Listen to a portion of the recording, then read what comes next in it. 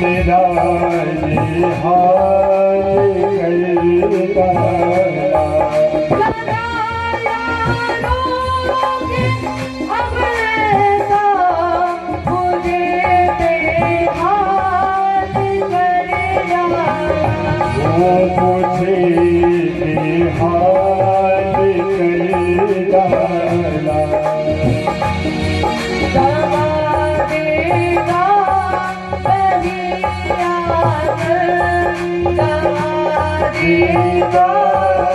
बजिया कर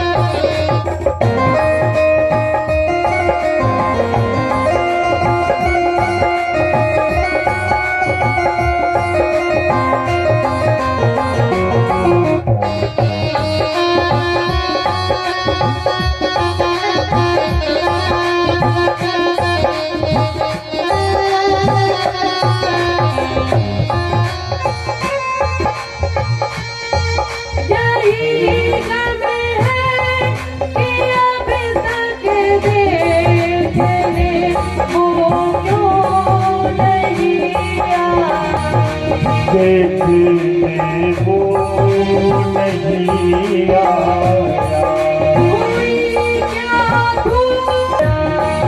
हरी तुमने जो बिसराया नहीं मारा नहीं छोड़ा नहीं। ये तो ध्यान दिया करो, गाना चल रहा है, जब ये तो ना बंद करो, बाद में जोड़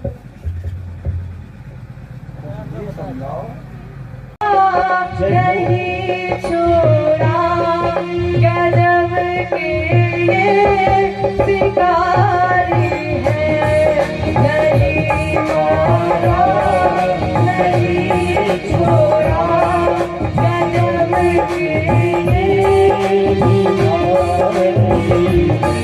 बताओ ना हमें लोगों, बताओ ना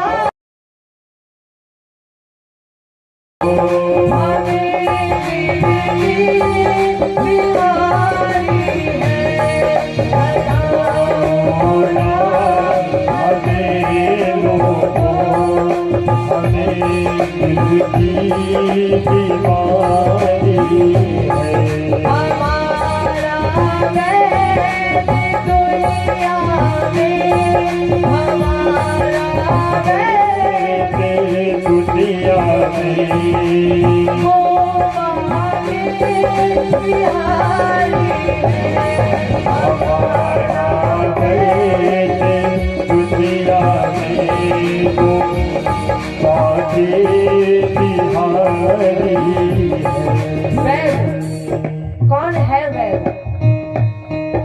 नब्ज जो देखी वैद ने, नब्ज जो देखी वैद ने बीमार लिख दिया और उस बीमारी का नाम सांवरे का प्यार लिख दिया। मैं कुर्बान क्यों ना जाऊं ठाकुर जी, सुनिएगा। मैं हकीम पर मैं कुर्बान क्यों ना जाऊं उस अपने हकीम पर जिसने दवा का नाम तेरा दीदार लिख दिया। हमारा वैद दुनिया में वो बाके बिहारी है। हमारा वैद दुनिया में वो बाके बिहारी है। बताओ ना दिल की बीमारी है। बताओ ना हमें लोगों हमें दिल की बीमारी है। हमारा वैद दुनिया में, हमारा वैद दुनिया में वो बाके बिहारी है। हमारा वैद दुनिया में वो बाके बिहारी है। वो बाके बिहारी है। वो बाके बिहारी है। हमें दिल की बीमारी है। हमें दिल की बीमारी है। वो बाके बिहारी है। वो बाके बिहारी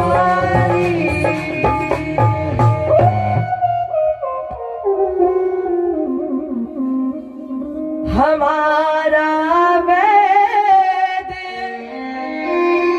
दुनिया में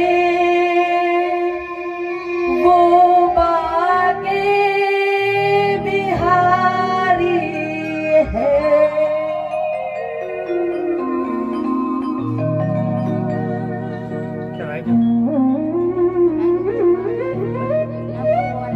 तृतीय दिवस के इस सत्र में 500 रुपए मुद्दों का सिम भटपुरी मास्टर साहब पिताजी हाँ देखो आवाज आप उधर बोल दीजिए, वो बोल रहे हैं। आवाज तो आ रहा है मेरे पिता है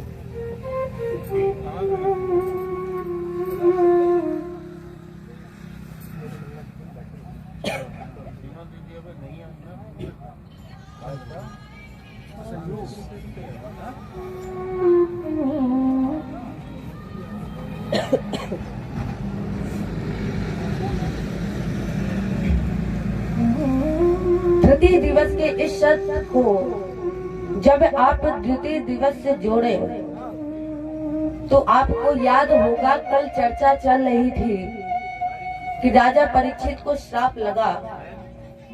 आज के ठीक 7वें दिन तक्षक नाग के काटने से तुम्हारी मृत्यु हो जाएगी। राजा परीक्षित सुखदेव जी को प्रणाम कर रहे हैं और कह रहे हैं, गुरु जी मेरी 2 समस्याएं हैं। पहली समस्या ये है कि व्यक्ति जन्म से मृत्यु तक क्या करे जिससे उसका कल्याण हो जाए। महाराज जी मेरी दूसरी समस्या ये है कि जिसकी मृत्यु संग निकट है क्या करे जिससे उसका कल्याण हो जाए। वो सुखदेव जी ने यहाँ पर मंगलाचरण भी नहीं किया और कहा, राजा मानव कल्याण के लिए तुमने बहुत सुंदर प्रश्न किए हैं, इसलिए अब हम तुम्हारे प्रश्नों का उत्तर देने जा रहे हैं। तुमने कहा कि मनुष्य जन्म से मृत्यु तक क्या करे जिससे उसका कल्याण हो जाए, और जिसकी मृत्यु संग निकट है, जल्दी मरने वाला है, वो क्या करे जिससे उसका कल्याण हो जाए।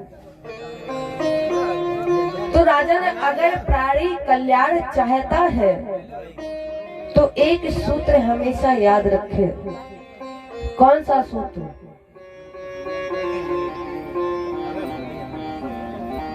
मोह मूल बहुसूल प्रद और त्याग हो तब अभिमान, और भजहु राम रघुनायक कृपा सिंधु भगवान। अगर मानव कल्याण चाहता है तो फिर भगवान के उसकी कृपा मात्र से ही, गीता में भी भगवान ने कहा है औमित्ते काचिरम ब्रह्म अव्यायाहर मामन स्मरम अयात्राय तजद देहम असयात परमं गतिम। भगवान कृष्ण बोले, हे अर्जुन,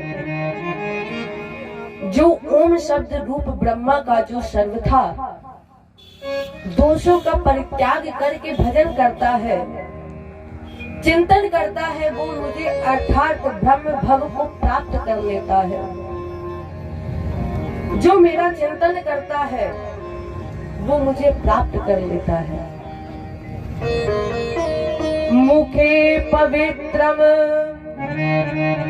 यदि राम नामम और अहदे पवित्रम यदि ब्रह्म ज्ञानम हस्ता पवित्रम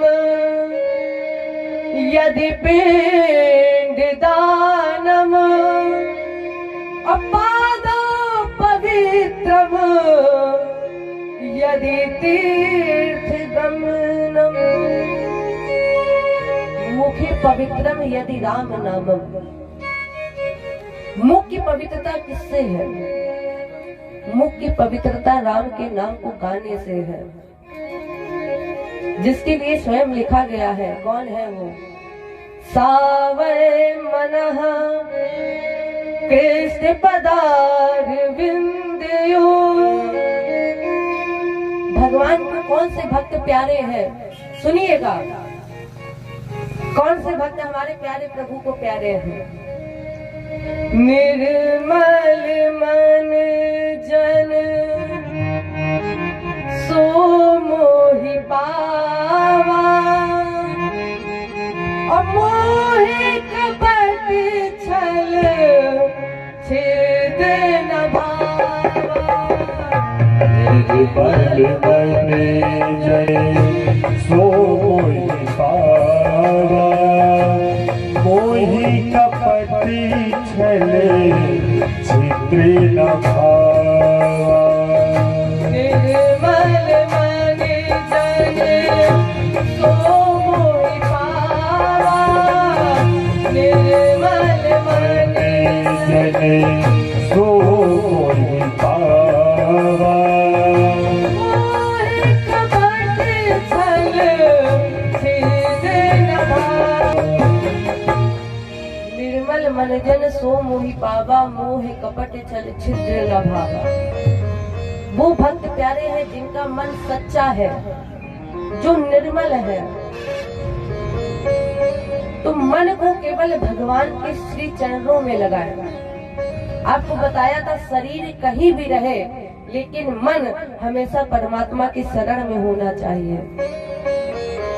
बड़े भाग मानुष तन पावा असुर दुर्लभ सद गंधन गावा। बड़े भाग मानुष तन पावा। ये नर तन मनुष्य है कि ये मैंने किया है। क्या आप जो करते हो ये हम करते हैं? हमारे बस में कुछ नहीं है। अगर ये ना चाहे तो इस पृथ्वी पर एक पत्ता भी नहीं हिल सकता है।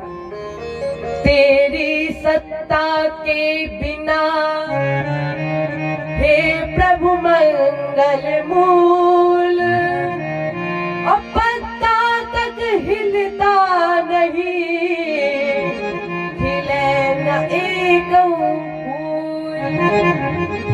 अगर आप चाहे तो उनका शुक्रिया अदा करें, करना भी चाहिए, क्योंकि जो कुछ हमें मिलता है उन्हीं की कृपा से ही मिलता है। तो प्राणी अगर कल्याण चाहता है तो सर्व सुलभ उपाय है, सब कुछ करने के बाद एक वाक्य जरूर बोले। कौन सा? ओम ब्रह्मात्मनम अस्तु। हे प्रभु, हे ठाकुर जी, जो कुछ भी है वो सब आपका ही दिया हुआ है। इसलिए जब भी मौका मिले 24 घंटे में एक बार परमात्मा का नाम जरूर गाएं। मोह मूल बहुसूल प्रद, अभिमान को त्याग कर भगवान के शरण में आए। और राजन, जो कुछ भी तुम्हें दृष्टि गोचर हो रहा है, जहाँ तक तुम्हारी दृष्टि पहुँच रही है, ये सब उसी की ही तुम माया है, उसी की ही कृपा है। अरे बनाए दीनी कारीगरुआ, कितनी सुंदर बकरी। वो बकरी नहीं, ये वाली बकरी जो हमारे पास नर्तन है। या बकरी के 9 दरवाजे, ईट लगे ना लकड़ी, रामा ईट लगे ना लकड़ी, और बनाए दीनी कारीगरवा, कितनी सुंदर बकरी। कितना सुंदर निर्माण किया है। जब वो बनाते बनाते थक जाता है तो एक दिन में ब्रह्मा जी के 1000 चतुर्रूप बीतते हैं। ब्रह्मा जी के एक दिन में 1000 सतयुग, 1000 त्रेता, 1000 द्वापर और मिलाकर कहते, दोनों को मिलाकर कहते हैं कल्प। परमात्मा जब एक से अनेक होता है तो ये फिर भिन्न भिन्न निर्माण करता है। ब्रह्मा जी के द्वारा 10 प्रकार की सृष्टि का निर्माण हुआ। समय पड़ते ही परमात्मा ने इसके 3 भाग कर दिए, आत्मा, परमात्मा और विराट। राजेंद्र यही भगवान का प्रथम अवतार है। इसके बाद इस पिंड में जब पंच प्राण वायु का समावेश किया गया तो ये हिलने डुलने लगा। जब ये हिलने डुलने लगा तो इसे भूख प्यास का आभास हुआ। परिणाम स्वरूप इसमें एक एक अंग का निर्माण हो गया। मुख का प्रादुर्भाव हुआ, मुख का निर्माण हुआ। तो अग्नि देवता ने निवास किया, जिससे हमें आपको बोलने की क्षमता। आँख का निर्माण हुआ, सूर्य भगवान ने प्रवेश किया, जिससे हमें आपको देखने की शक्ति मिली। कानों का निर्माण हुआ, दिशाओं ने प्रवेश किया, जिससे हमें आपको सुनने की क्षमता मिली। इस पिंड में त्वचा का निर्माण हुआ, वायु देवता ने निवास किया, क्षमता मिली। एक एक निर्माण होने के साथ साथ एक एक देवता ने निवास किया है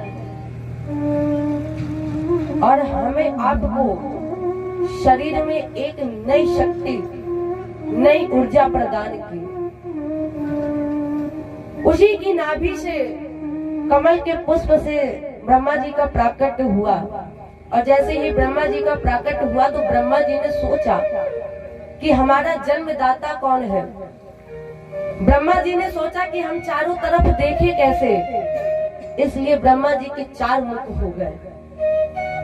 ब्रह्मा जी सोच रहे मुझे किसने जन्मा है, मेरा जन्मदाता कौन है। तो ये पता लगाने के लिए उसी नाभि के अंदर प्रवेश कर गए और प्रवेश करने के बाद 100 दिव्य वर्ष तक तपस्या की। उस जलाशय में अपने जन्मदाता को ढूंढा, जब नहीं मिले तो फिर उसी कमल की नाभि में आकर सोचने लगे कि मेरा जन्मदाता कौन है, किसने मुझे जन्मा है। तब तक जल की लहरें टकराने लगी। जल की लहरें टकराने से मानो ऐसा लग रहा था जैसे कह रही हूँ। माने जब जल की लहरें टकराई तो 16वां अक्षर और 21वां अक्षर सुनाई दिया। मानो कह रहा हो ब्रह्मा जी से कि जैसे तप। 16वां अक्षर ता और 21वां अक्षर पा। अब ब्रह्मा जी वही नाद को स्वीकार करके 100 दिव्य वर्ष तक तपस्या किए, और जब ये 100 दिव्य वर्ष तक तपस्या किए तब हमारे प्यारे प्रभु श्री हरि नारायण प्रकट हुए। ब्रह्मा जी से कहा, ब्रह्मा तुम्हें पता है ये जो भी दृष्टि गोचर हो रहा है ये सब मेरी माया है। मैं केवल मैं ही हूँ, मैं प्रारंभ में भी हूँ, मैं अंत में भी हूँ, मैं मध्य में भी हूँ, और मेरे किसी ना होने वाले अंत में भी मैं ही हूँ। और जो कुछ नहीं है, जो सब कुछ प्रतीत हो रहा है, यही सब मेरी माया है। तब तप बल के द्वारा इस सृष्टि क्रम की रचना हुई। ब्रह्मा जी के द्वारा 10 प्रकार की सृष्टि रचाई गई, जिसमें 6 सृष्टियां प्राकृतिक है और 3 सृष्टि वैकृत है। एक सृष्टि प्राकृत और वैकृत दोनों के मध्य की है। इस तरह से ब्रह्मा जी ने एक एक अंग का निर्माण किया, एक एक को भागों में बांट दिया, और इनका निर्माण करने के बाद पुराणों अनुसार ब्रह्मा जी के मानस पुत्र हुए मन से मारीचे, नेत्र से अत्रि, मुख से अंगिरस, ऐसे भिन्न पुत्र अनेक पुत्र हुए। और शरीर से ब्रह्मा जी की वाणी से जब सरस्वती जी का प्राकट हुआ तो ये मोहित हो गए। इनके जो 10 पुत्र थे वो हाय हाय करके चिल्लाने लगे, इसलिए अपना त्यागा हुआ शरीर जो कोहरा बना और पाला बना। ये ब्रह्मा जी का त्यागा हुआ शरीर है, जिसका कुछ भाग संध्या रूपी स्त्री बना, जिसे असुरों ने ग्रहण कर लिया। इसके बाद ब्रह्मा जी ने दूसरे शरीर के 4 मुखों के 4 वेद, 6-7 पुराण, उपवेद आदि का प्रादुर्भाव किया। 7 स्वर पैदा किए, 7 छंद पैदा हुए। तब ब्रह्मा जी के 2 भाग हुए, एक बना नर और दूसरा बना नारी। नारी का नाम है शतरूपा और नर का नाम है स्वयं मनु।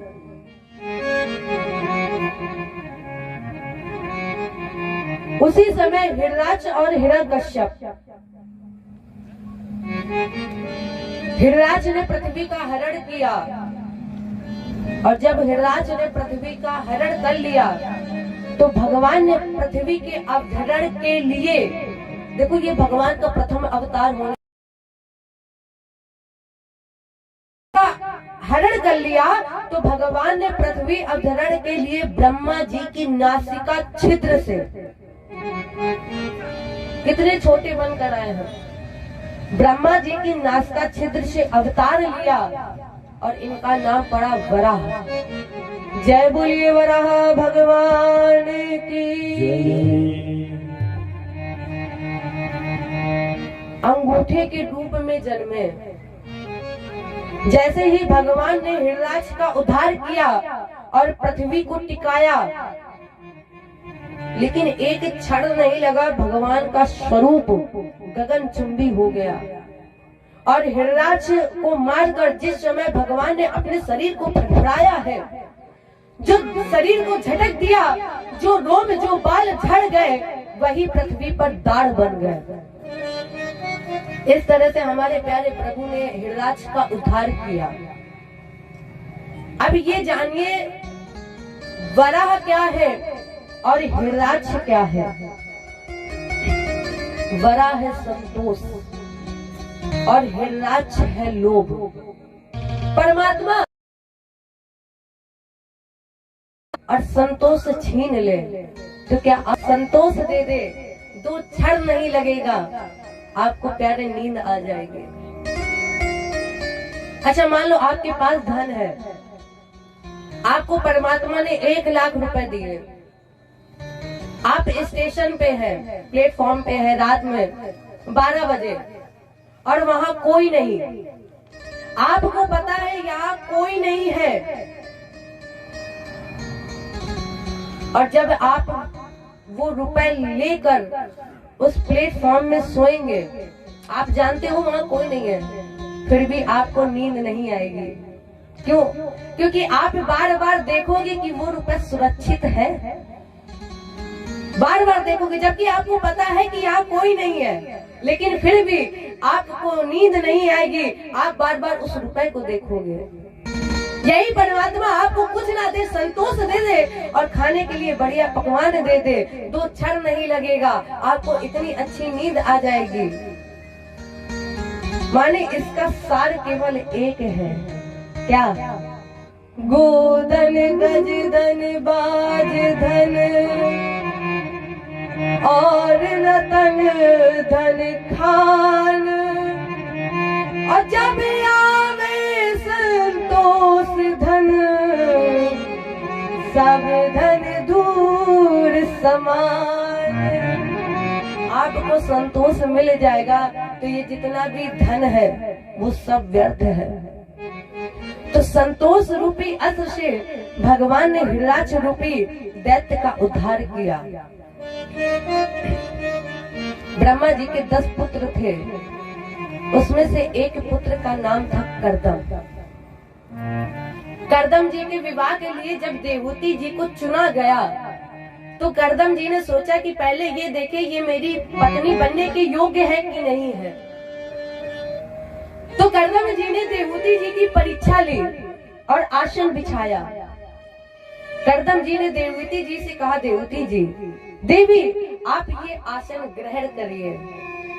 लेकिन देवहूति जी उस आसन पर नहीं बैठी। क्यों?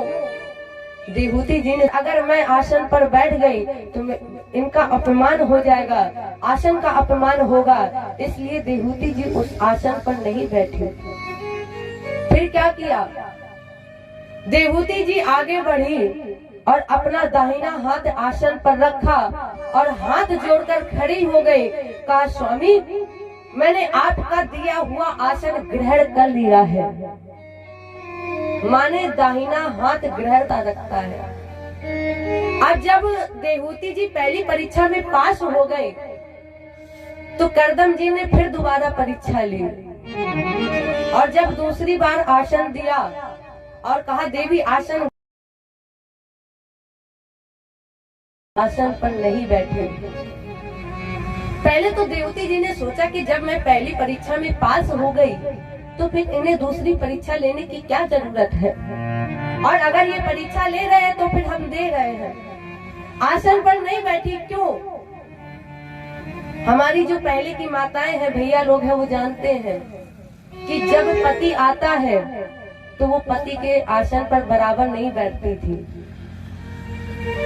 पहले की ये परंपरा थी, अब की तो बात ही छोड़ो। पहले जो माताएं थी वो अपने पति के बराबर नहीं बैठती थी, इसलिए देवहूति जी ने आसन ग्रहण नहीं किया, उस आसन पर नहीं बैठे। अब जब ये दोनों परीक्षा में पास हो गए, परिणाम स्वरूप देवहूति पुन तासु कुमारी,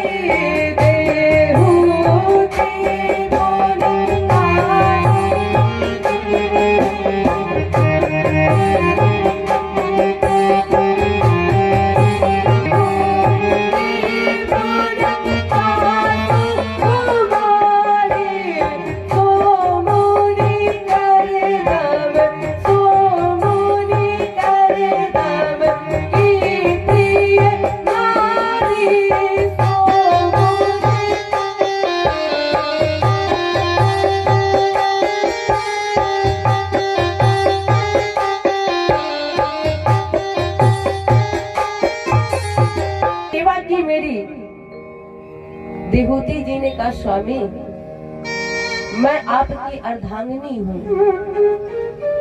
परिणाम स्वरूप का दर्शन किया, आश्रम पर आकर देवहूति जी से 9 कन्या पैदा हुई। जैसे कला अनुसुईया, सेवनम अर्चनम वंदनम शंख मातम निवेदनम। ये नौदा भक्ति ही नौ कन्याएं है। ज्ञान, और आपको कल ही बताया था कि भक्ति के दो पुत्र हैं, ज्ञान और वैराग्य। जब कपिल भगवान का प्राकट हुआ, कर्दम जी जानते थे कि आज भगवान मुझे पुत्र रूप में दर्शन देने आए हैं, तो कर्दम जी ने कपिल भगवान की 7 परिक्रमा की और कहा, बेटा मैं जानता हूँ कि आप मुझे पुत्र रूप में दर्शन देने आए, हे प्रभु अब केवल मुझे एक उपाय बताइए जिससे मेरा कल्याण हो जाए। कपिल भगवान ने कहा, पिताजी आत्मन, संसार में मेरे 2 रास्ते हैं, लौकिक और वैदिक। प्रमाणित है, मुझे प्रमाणित करने की जरूरत नहीं है। इसलिए पिताजी केवल एक उपाय है, आप परमात्मा की शरण में आए और उनका नाम गाएं। अपने पिताजी को उपदेश करने के बाद कपिल भगवान ने माँ से कहा, माँ हम इस संसार में आए हैं, हे माँ जीव के मोक्ष और बंधन का कारण केवल एक है, फिर वो जन्म और मृत्यु के बंधन से टूट जाता है। इसलिए केवल एक उपाय, परमात्मा की शरण, परमात्मा का नाम। तो नौदा भक्ति ज्ञान से वैराग्य, और वैराग्य परमात्मा को याद करते हुए साथ देता है। ये नहीं कहता कि तुमने सुख में मुझे नहीं याद किया है। और उसमें से एक कन्या का नाम है अनुसुईया।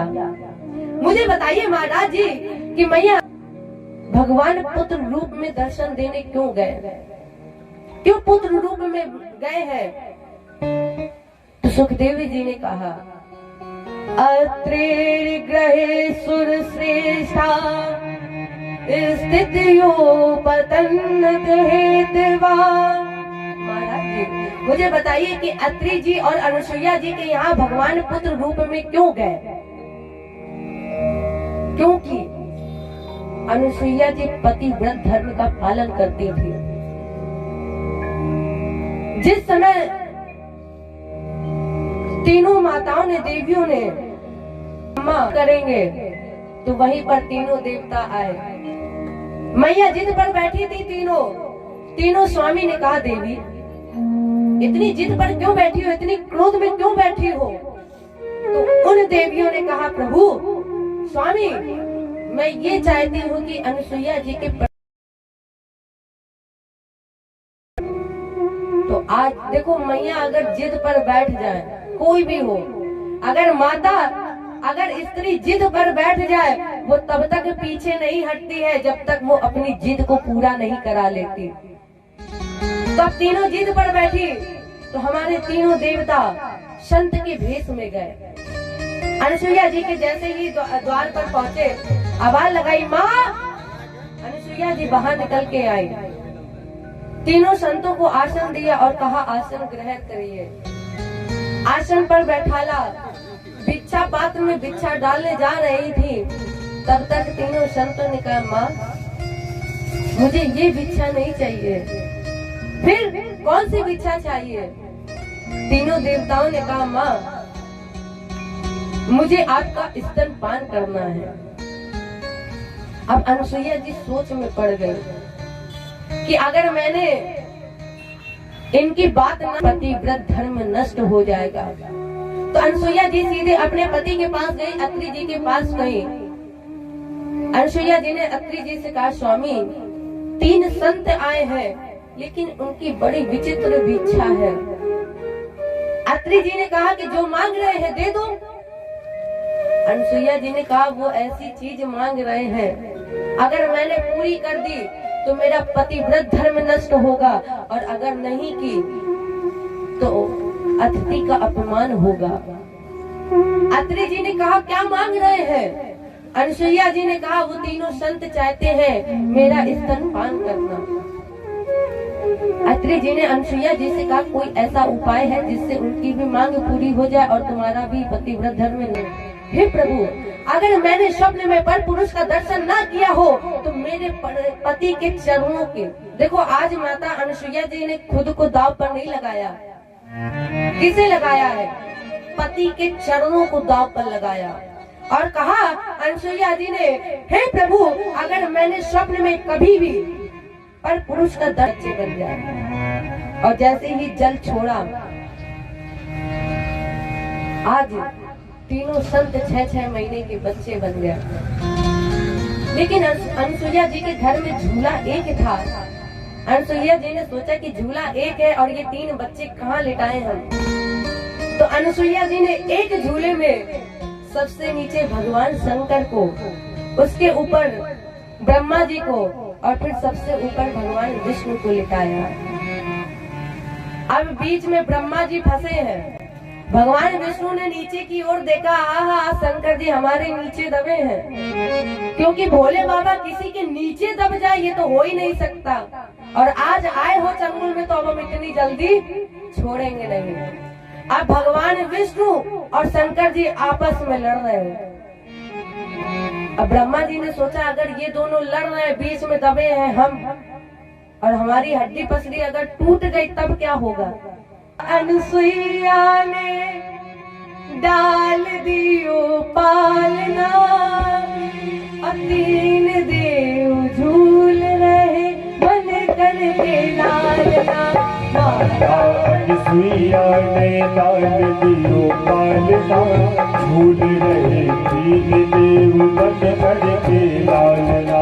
माता अनसुईया ने डाल दियो पालना, 3 देव झूल रहे बन कर के लालना। 3 देव झूल रहे बन कर के लालना। 3 देव झूल रहे बन कर के लालना।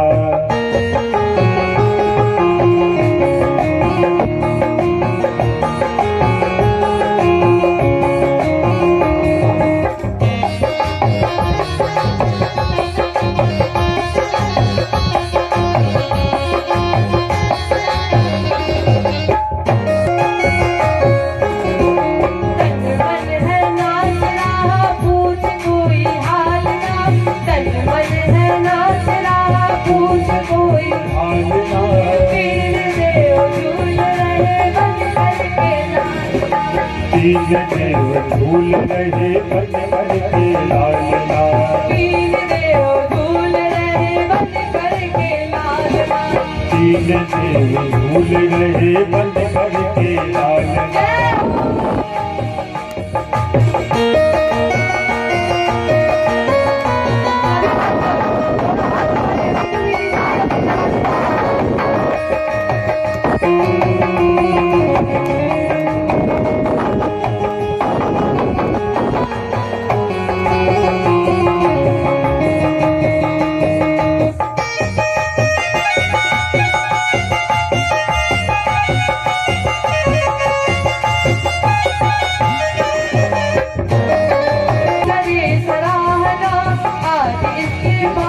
की को करे सराहना, आज इसके भाग की को करे सराहना। आज इसके भाग की को करे सराहना।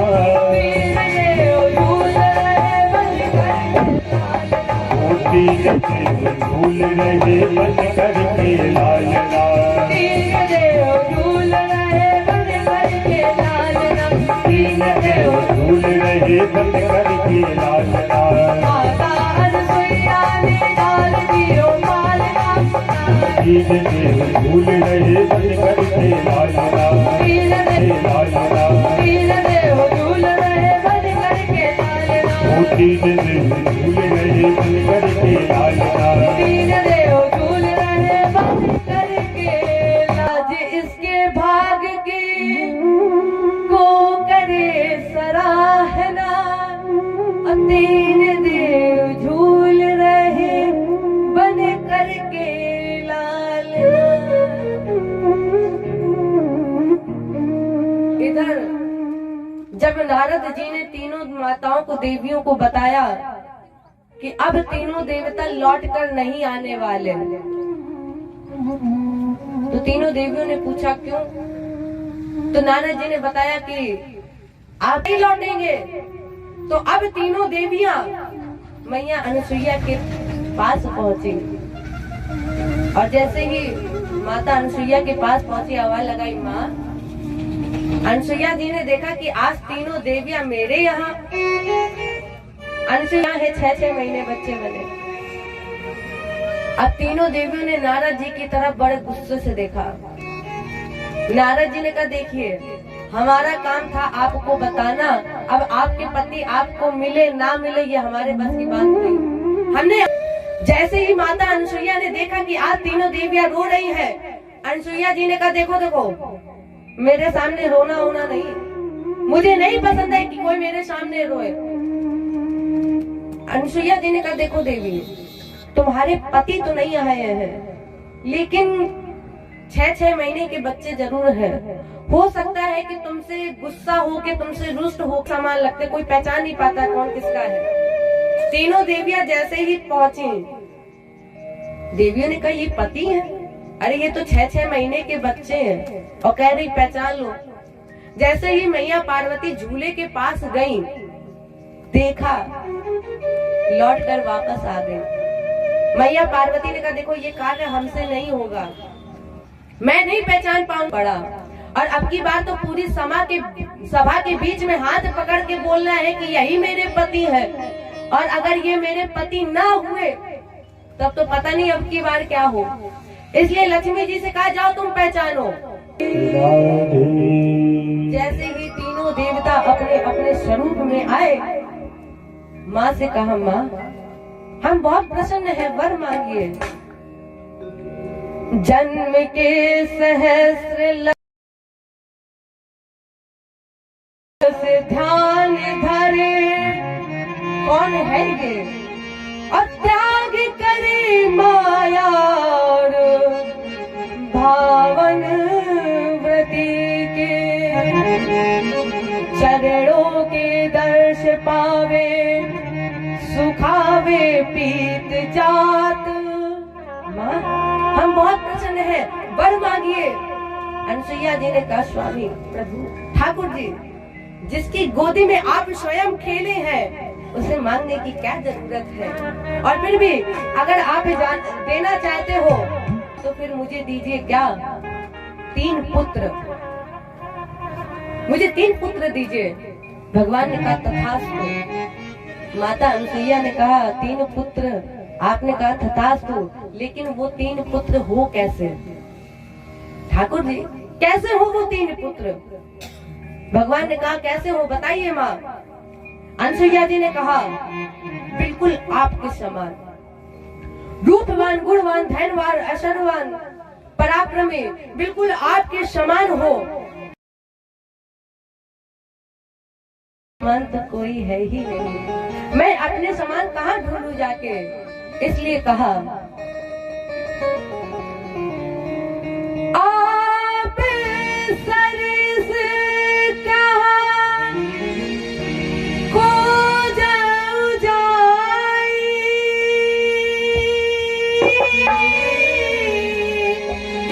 मात तो तने होम में आई।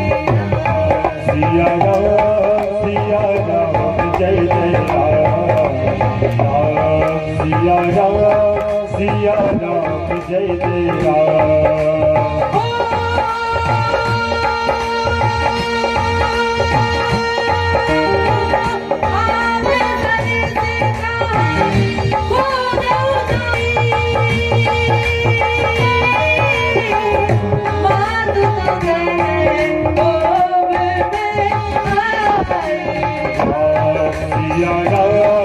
सिया राम जय जय राम।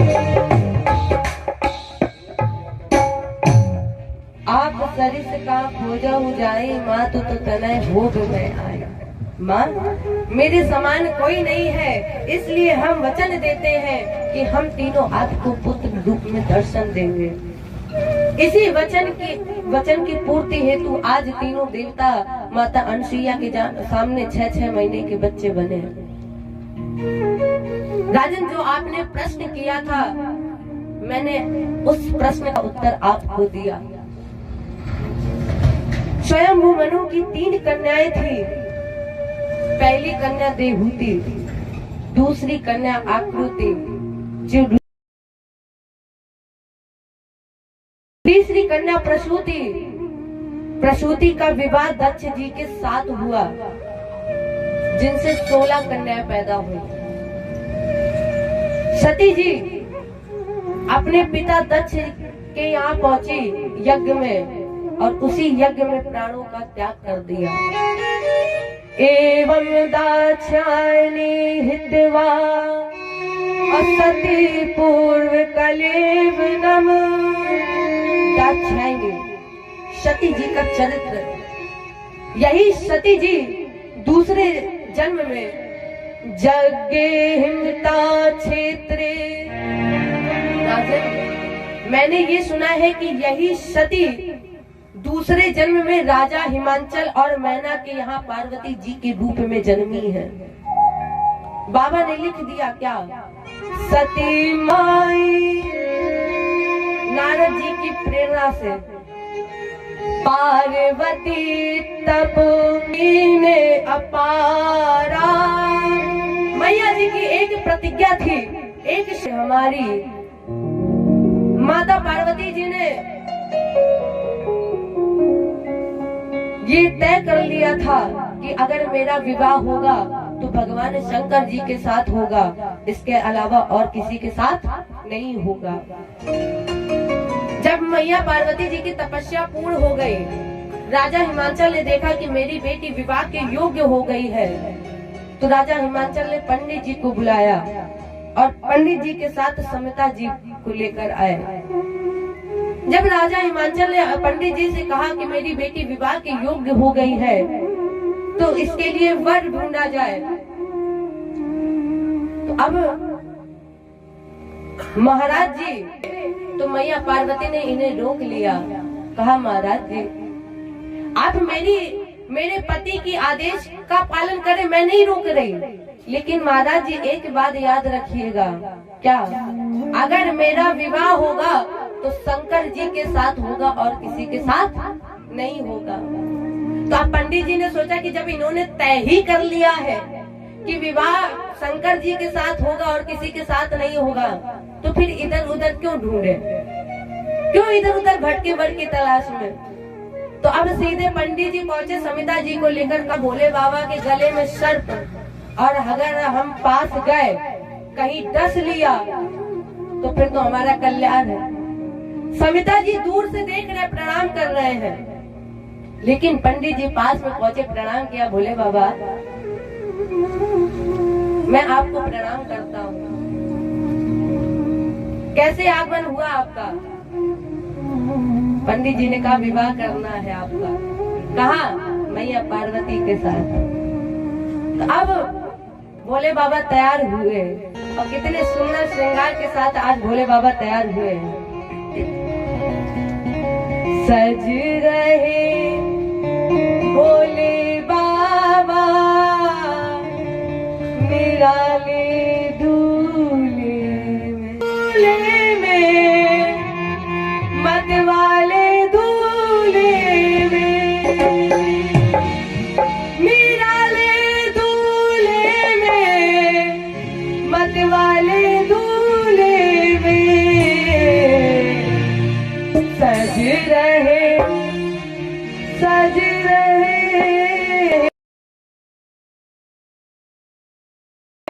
दूल्हे में, भोले बाबा निराले दूल्हे में, सज रहे भोले बाबा निराले दूल्हे में, सज रहे भोले बाबा निराले दूल्हे में, निराले दूल्हे में मतवाले दूल्हे में, निराले दूल्हे में मतवाले दूल्हे में, मतवाले दूल्हे में, निराले दूल्हे में मतवाले दूल्हे में, सज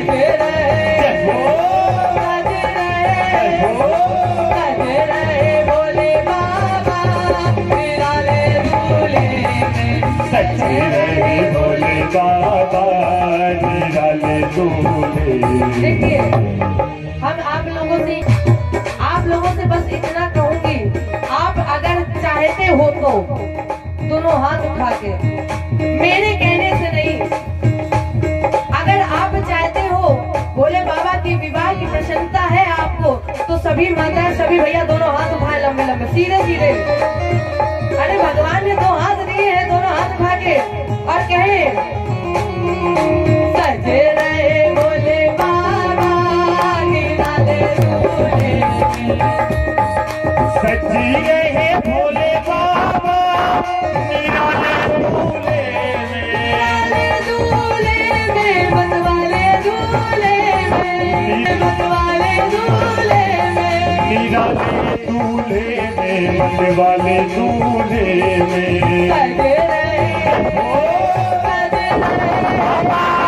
सजे रहे भोले बाबा निराले दूल्हे में, सजी रहे भोले बाबा निराले दूल्हे में। जय हो भोले बाबा की।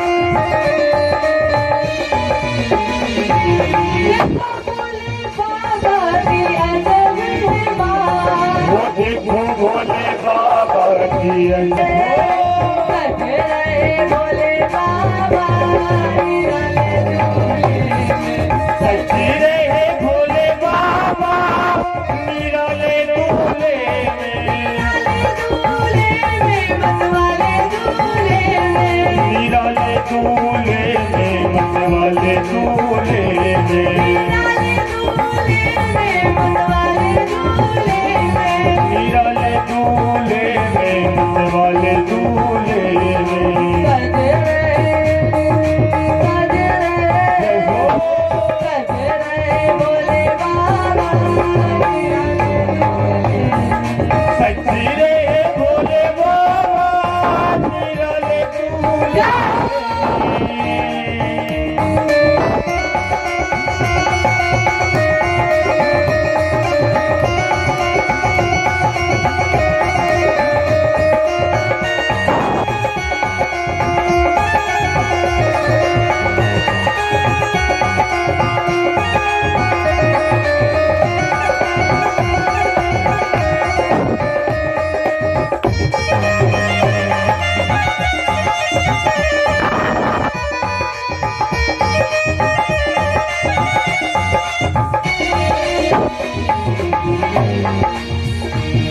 भूतों की लेके टोली चले ससुराल, भूतों की लेके टोली चले है ससुराल, भूतों की लेके टोली चले ससुराल, भूतों की लेके टोली चले है ससुराल। बोले जी दिगंबर हो बैल पे सवार, शिव भोले जी दिगंबर हो बैल पे सवार, भूतों की लेके टोली चले ससुराल, बोले जी दिगंबर हो बैल पे सवार, सजे रहे